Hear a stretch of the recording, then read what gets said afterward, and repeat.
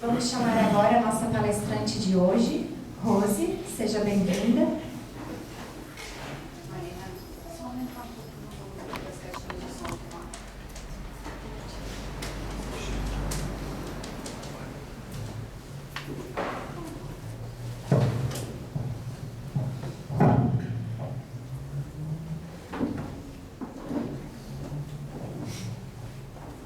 Boa noite a todos. Que Jesus nos abençoe e propicie a todos nós os momentos agradáveis sobre os ensinamentos do Evangelho, tão suaves, tão profundos, tão necessários para os nossos dias. Fomos hoje convocados pelos amigos da casa para substituir um companheiro que estava aí com uma certa dificuldade. E então resolvemos trazer aos senhores um texto que muito nos agrada.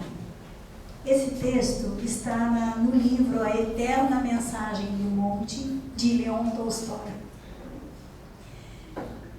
A médium psicografa é Célia Xavier Camargo. E o título é capítulo 10, O Criminoso, o texto. Então, nós, quando lemos este texto, a gente refletiu profundamente sobre o julgamento. E é este o tema que a gente quer abordar hoje. Na aldeia, todos o consideravam perdido.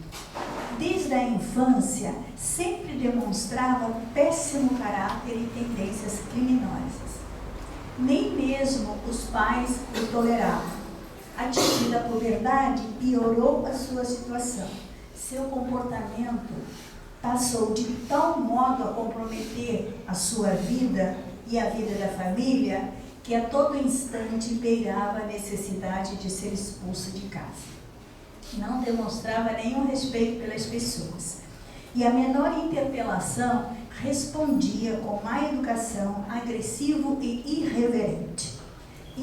Tinha uma tendência viciosa e já aos 12 anos passava as noites em tavernas ingerindo altas doses de bebida alcoólica, como não faria um adulto. Certo dia, desentendeu-se com um amigo por bagatela, lá na taverna. Sumamente nervoso, pôs-se a agredir ferozmente o amigo com socos, que o amigo também revidou. Mas ele era mais alto, mais forte, e conseguiu então subjugar o amigo abaixo de pancadas. O pai foi informado e veio imediatamente ver o que estava acontecendo. Naquele momento, ele viu o filho soqueando o amigo com tal fúria que se assustou e gritou com o menino, que soltou o amigo e pôs-se de pé. Aí cai em si e percebe que o amigo está todo ensanguentado, jogado no chão. Desespera-se porque é seu amigo. Grita pelo seu nome, balança-o com força, mas ele não responde, está semi-morto. Colérico, o pai, com os braços magros e enrugados, ergue-os e grita com todas as forças do seu coração: vergonha da nossa família. Recaia sobre ti a ira do Senhor. Jafar era o nome dele. Desaparece da nossa vida agora. A partir de hoje, não tenho mais filho. Não pertences mais à nossa família. Arfando, o rapaz, limpou as lágrimas que caíam do rosto e, num olhar dolorido para o genitor, acenou com a mão e partiu. Nunca mais se ouviu falar de Jafar naquela região.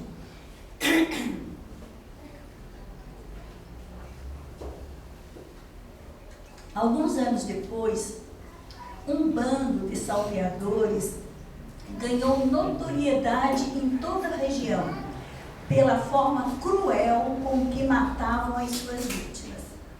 Em certa ocasião, uma notícia agitou toda a cidade. Um dos bandidos fora preso, justamente aquele que se supunha o chefe dos bandidos, dos bandoleiros. E a população fez festa por conta disso. No cárcere onde fora conduzido o tal bandido, que trazia a alcunha de Thanato, caminhava de um lado para o outro da cela, de quando em vez parava e dava um murro na parede com raiva, urrando e praguejando. Ele era, sim, o terrível bandido Thanatos. Fora pego por acaso, havia marcado encontro com uma mulher do seu interesse que o traíra e chamara a polícia por dinheiro.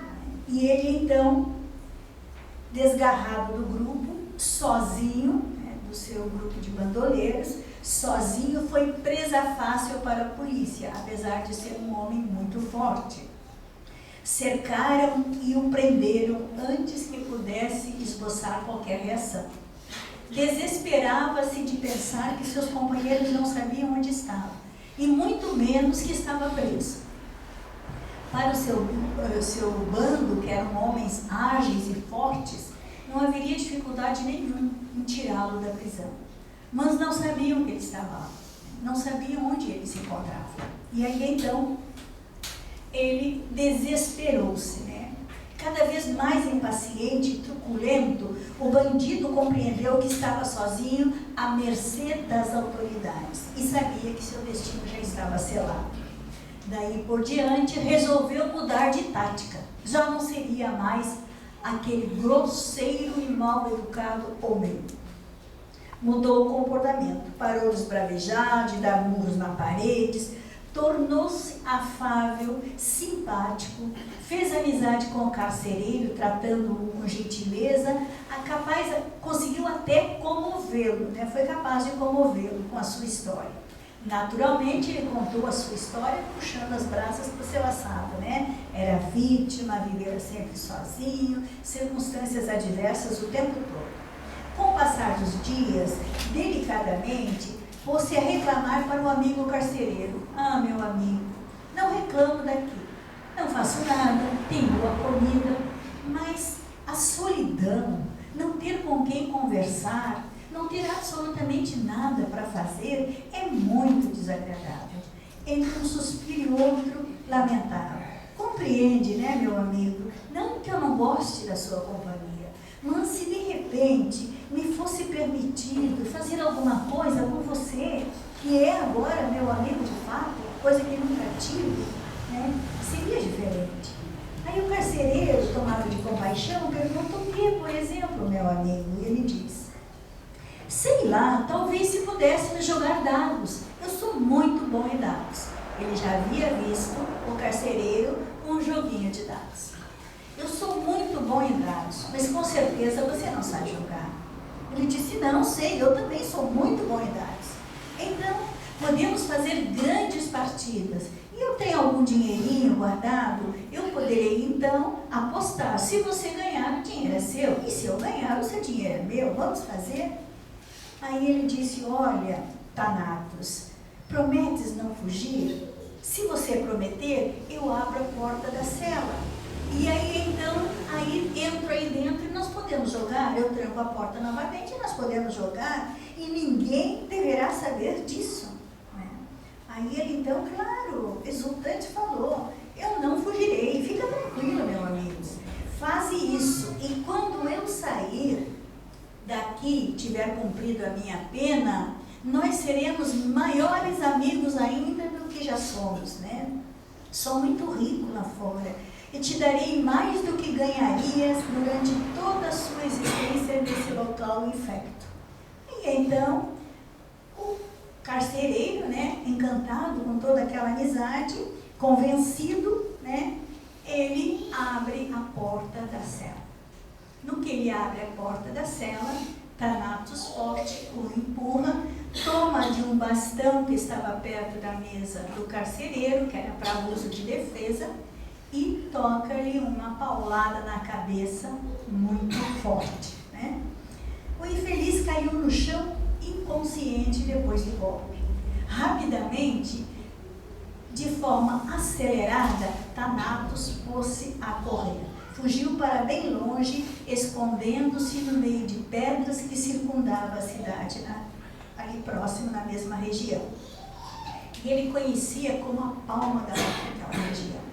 Estava cansado e faminto, porque de dia ele escondia-se e dormia, e à noite ele viajava. Então ele comia frutas silvestres e algum animalzinho ele conseguia caçar ou roubar em alguma residência. Cansado e faminto, ele resolveu então procurar lugares mais próximos das cidades.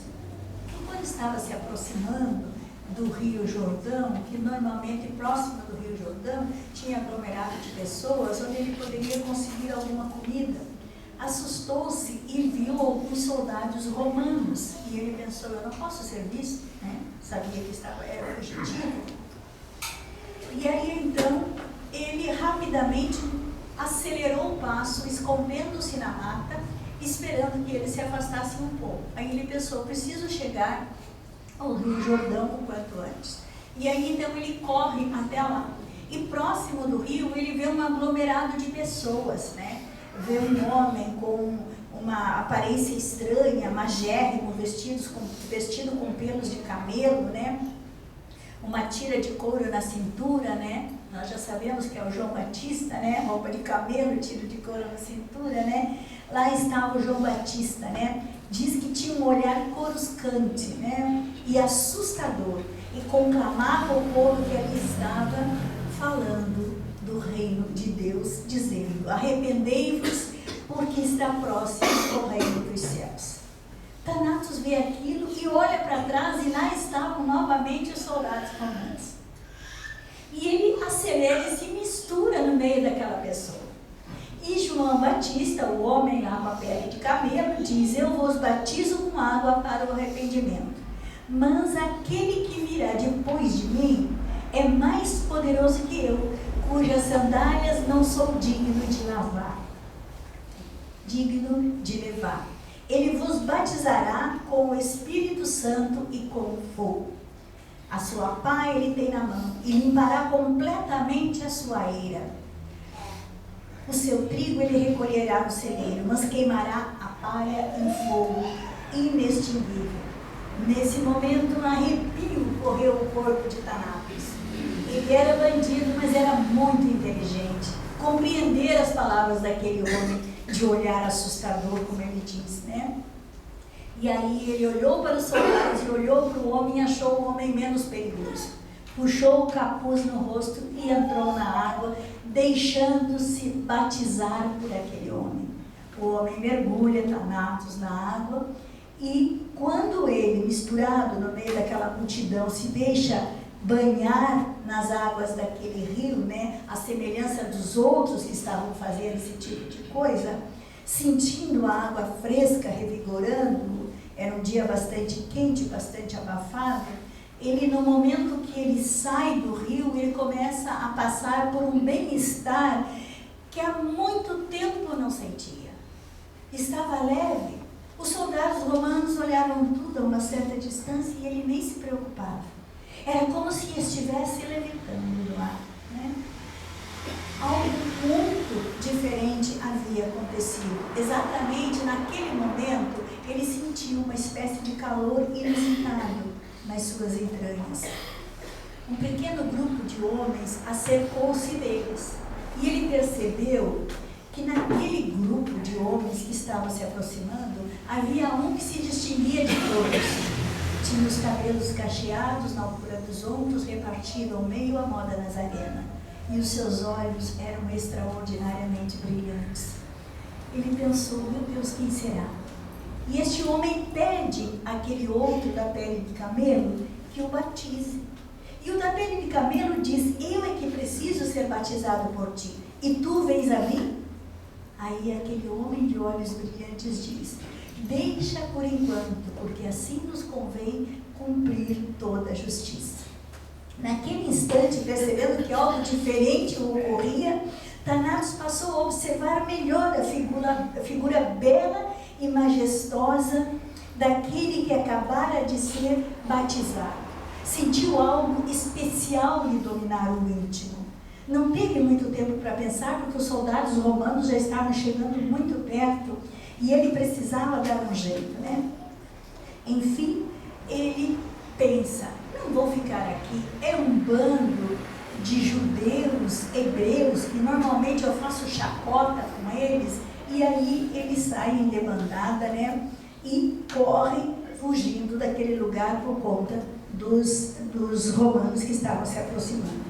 O tempo passou, ele percorria a região da Galileia, né, o Thanatos, caminhando e buscando alimento, dormindo de dia e viajando à noite, né? Então, ele cruza por uma grande multidão que se congregava numa planície. A cidade era Cafarnaum.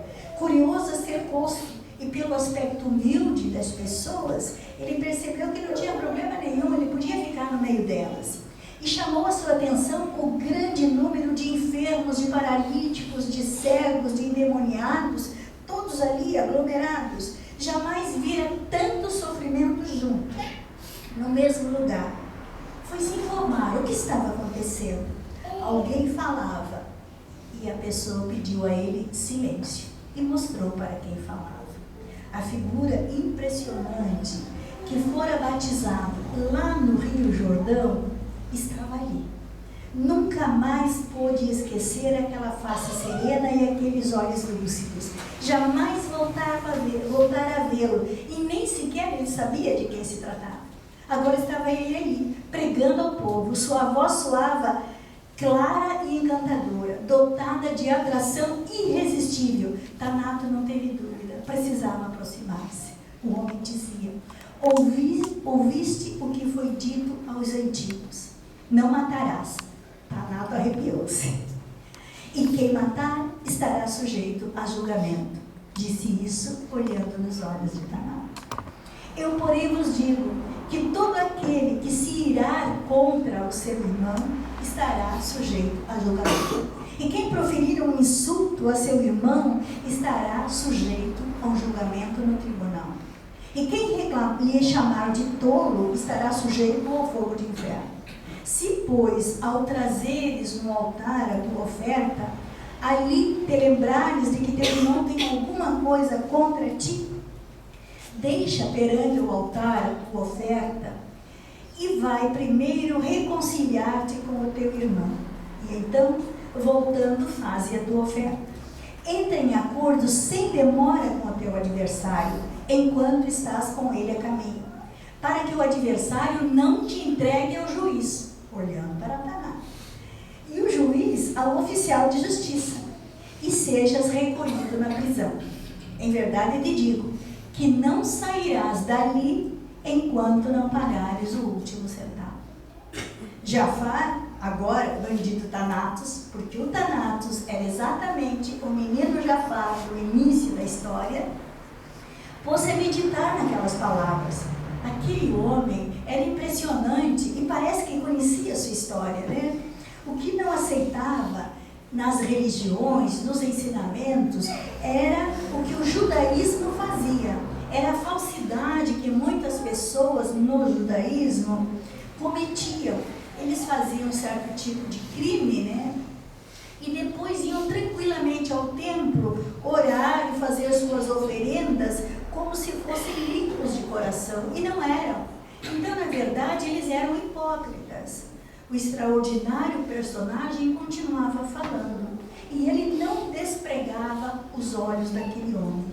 Ouvistes que foi dito: amarás o teu próximo e odiarás o teu inimigo. Mas eu, porém, vos digo: amai os vossos inimigos, orai por aqueles que vos perseguem, para que vos tornei filhos do Pai que está no céu. Porque Ele faz nascer o seu sol sobre bons e maus, e vir em chuva sobre justos e injustos. As doces palavras daquele homem caíam na alma seca de Thanatos como chuva benéfica cujos pingos eram incorporados imediatamente àquele solo sequioso.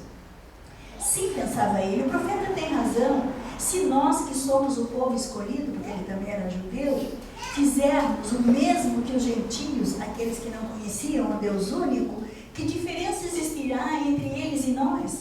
Os conceitos de Jesus eram bebidos por Thanatos como se pela primeira vez alguém lhe falasse algo que realmente tivesse sentido e poder sobre ele.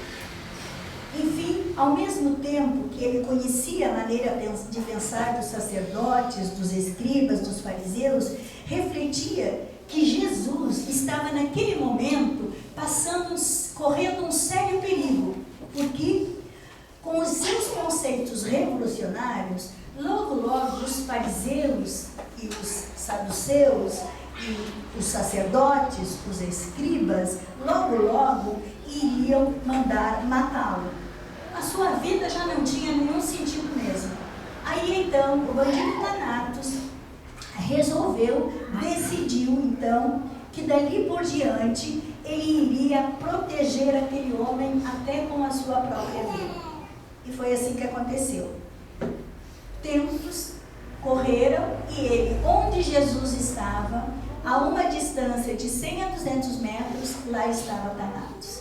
Não importava a distância, porque tudo que Jesus falava, sem saber como, Thanatos ouvia.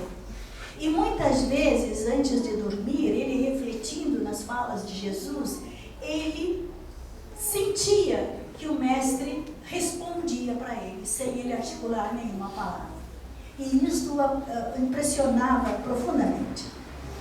Enfim, a doutrina do mestre Jesus foi sendo aos poucos incorporada ao espírito de Thanatos, né? À custa de tanto ouvi-lo falar, ele se tornou um homem completamente diferente no dia a dia, sem se dar por conta.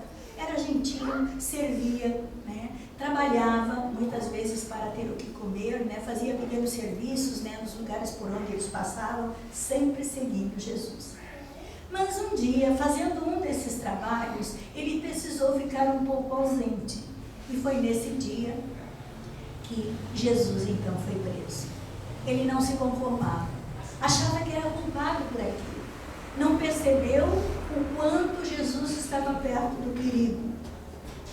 Sabia que não podia contar com o seu bando, porque eles jamais fariam aquele tipo de serviço, né? E ele insistia que trocaria sua vida se realmente, pela de Jesus, se realmente permitisse. Mas ele sabia que se entregasse, eles ainda matariam a ele e a Jesus, de nada adiantava. E aí ele ficou com um sentimento, um verdadeiro terror pela impotência de nada poder fazer pelo Mestre Jesus. Aí então, Jesus desencarna na cruz e ele assiste à distância. Dali por diante, ele começou a beber. Andava jogado pelas ruas, pelas sarjetas, não se incomodava mais com os soldados.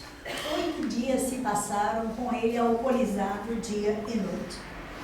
Aí então, estava lá recuperando-se de uma dessas bebedeiras, quando ele ouviu um grupo de homens conversando que o Mestre Jesus, aquele homem que havia sido crucificado há 8 dias atrás, havia ressuscitado. Estava entre os seus seguidores. Ele ficou enlouquecido. Acreditou imediatamente, enquanto que os seus discípulos duvidaram. Ele não. Correu até Madalena. Madalena lhe conta o que aconteceu. Não, realmente eu fui lá, ele não estava. Depois ele surgiu entre nós, conversou conosco e virá muitas vezes ainda. Então ele ficou encantado. E ele diz, realmente ele garantiu que não iria morrer. Ele garantiu que voltaria, que estaria entre nós. Então, Jafar respira profundamente, já não tinha mais nada de Thanatos. Estava determinado a cumprir a sua parte na propagação da Boa Nova. Não iria correr atrás do Mestre Jesus, já não era mais necessário, pois trazia dentro dele a Boa Nova, os ensinamentos do Mestre, né? Os ensinamentos que o Mestre legou ao mundo, mostrando a ele este novo caminho. Para isso, de agora em diante, ele trabalharia sem descanso. Deste dia, ele passou a refletir como é que ele ia resolver a questão. Então, ele pensou, passou dias orando, caminhando, recolheu-se em cavernas, né? Refletindo e descobriu que ele tinha, sim, uma maneira de fazer as coisas diferentes. Ele tinha uma quantidade boa em dinheiro que ele havia juntado em tempos passados. ele disse, eu vou pegar esse dinheiro e vou devolver a todas as pessoas que eu usurpei. Aí ele lembrou que as pessoas eram de diversos lugares, que ele tirava o dinheiro das caravanas, né? Então ele tinha muito dinheiro enterrado. Ele foi até lá, recuperou esse dinheiro, mas pensou, como é que eu vou devolver as pessoas? Eu não tenho como fazer. O que ele faz então? Ele pensa, eu vou atrás daqueles a quem eu magoei. Lembrou-se do carcereiro, vai à casa do carcereiro. Chega lá, é bem recebido pela esposa, pois ele diz que é amigo do carcereiro. Ela diz, mas ele está ali na cama, desde que um bandido bateu-lhe com uma marreta na cabeça, nunca mais ele falou e nem se movimentou. Daquele dia em diante, ele passa a cuidar do carcereiro, mas cuida com tanto carinho, com tanto desvelo, e todo o seu dinheiro ele dá àquela senhora que atende os filhos e todos aqueles que batem a sua porta. A casa do carcereiro passa a ser uma casa de atendimento a pessoas necessitadas. E todas as noites ele se reúne com a família do carcereiro e fazem então os ensinamentos de Jesus vibrar no coração de cada criatura que adentra aquele lugar. E o trabalho vai até madrugada, de atendimento, de carinho, de conversas, né? E ele começa então a ter notoriedade, ficar famoso, porque aquele homem não nega nada a ninguém, ele dá tudo de si. Aí falece, morre o carcereiro. Né? O carcereiro, 10 anos depois que Jafar está com ele, cuidando dele, né? Ele até recupera o viço, né? Ele não reconhece Jafar, né? Então, 10 anos passados, Jafar sente necessidade de contar aquele homem quem ele é, e conta. Mas o homem não demonstra nenhum tipo de contrariedade, ao contrário, deixa uma lágrima rolar nos seus olhos. E Jafar compreende então que foi perdoado. Né? Aí então ele abraça o carcereiro fortemente. E naquela noite o carcereiro desencarna. Ele fica muito triste, mas continua trabalhando. E ele tanto faz pelos necessitados e tanto doa, porque criou um grupo forte e grande, com pessoas de condições financeiras, que cada um dá um pouco, e todos juntos conseguiam fazer grandes coisas. Então as pessoas começaram a desconfiar, algumas pessoas estranhas, e com índole, né, à esquerda, né, começaram a desconfiar que Jafar era muito rico e tinha muito dinheiro com ele. Então veio uns homens estranhos visitar Jafar. E quando eles entram, eles trancam a porta e querem o dinheiro. E Jafar diz que não tem dinheiro nenhum. E eles começam a bater no Jafar com tanta força, mas batem muito, pisam nele, chutam o rosto dele, que ele vai se despedaçando aos poucos. Mas ele está feliz. Ele não reclama em momento nenhum, porque ele percebe que o Mestre Jesus, o seu Mestre querido, está dando a ele a oportunidade de livrar-se do seu passado, de libertar-se das suas culpas, e se deixa bater. Esfacelam o Jafar. Fica um monte de carne no chão. Ele desencarna. E quando ele abre os olhos, ali está de pé, forte, sorrindo para ele, o companheiro carcereiro, e lhe estende os braços. E aí então ele encontra outros amigos que ele atendeu, né, na jornada de trabalho aí na casa do carcereiro. E fazem uma grande festa. E está ele tomado de alegria quando ele enxerga uma estrada de luz se abrir. E um homem de cabelos castanhos na altura dos ombros, repartido à moda nazarena, vem de braços abertos receber. E ele cai de joelhos em prantos. Não se achava digno. Pela primeira vez ia se aproximar de verdade daquele homem. E o homem diz que Jafar não se preocupasse, que a sua tarefa já havia acabado. Aí Jafar disse, Senhor, ele percebe, porque eles estavam na sala onde ela havia desencarnado, ele percebe que a esposa do carcereiro chega em casa com os filhos e vê aquela cena grotesca, aquele homem ensanguentado no chão, e grita que ele volte e tal, e ele vê a dor daquela mulher. Então ele diz ao Mestre Jesus que ele não quer. Jesus convida ele para desfrutar das alegrias celestes, e ele diz, meu mestre, se possível, eu desejaria prosseguir na tarefa que me confiaste, mas a imensa série de misérias humanas faz com que meu coração anseie por continuar trabalhando na tua seara. Enquanto houver uma única criatura sofrendo entre aquelas a quem tanto prejudiquei, apreciaria permanecer no mundo para ajudá-las a caminhar ao teu encontro. Aí Jesus responde: serás como desejas, meu filho. Por algum tempo irás te recuperar, repousando um pouco das tuas lutas terrenas. Depois voltarás para prosseguir o trabalho da divulgação da doutrina e vivência, ao lado de todos os sofredores e aflitos do planeta. A imagem celeste desapareceu no ar, e Jafar, reconhecendo-se leve e bem disposto, elevou-se às alturas, conduzido pelos amigos espirituais. Leiam o texto, é maravilhoso. Eu passei rapidamente por cima, tem pedaços lindos para se ver, mas o tempo é curto. Vamos refletir rapidamente aqui, 1 minuto só. Costumamos apontar as faltas humanas, como se nunca estivéssemos andado por esses caminhos. Estamos carecas de saber que não vivemos esta encarnação somente. Vivemos tantas que não temos condições de mais ou menos saber. Mas nós julgamos sempre, não adianta. Na maioria das vezes com uma severidade dessas que não desejaríamos nem para nós mesmos, né? Às vezes a gente sai mesmo do normal com esses julgamentos. Somos demasiadamente cruéis com outras pessoas, né? Mas o que a gente quer deixar bem gravado aqui é que o Mestre Jesus diz o seguinte: quem nunca pecou, que atire a primeira pedra. E nós não somos capazes de avaliar o que já fizemos de mal neste planeta, nas nossas encarnações passadas. E que essas criaturas que aí estão cometendo as maldades agora, nada mais são do que vítimas da ignorância delas mesmas. E que se nós soubermos viver o Evangelho de Jesus, vivendo o amor que Ele ensinou na Terra, da forma que Ele viveu, pode ser que à distância, pouco mais de 100 ou 200 metros, tenha alguém nos observando. Tenha alguém ouvendo o que nós estamos fazendo. E vai se enternecer. Quando perceber que o nosso coração é de amor, que não carrega nenhum ódio, nenhuma reprovação, apenas compreensão, apenas indulgência.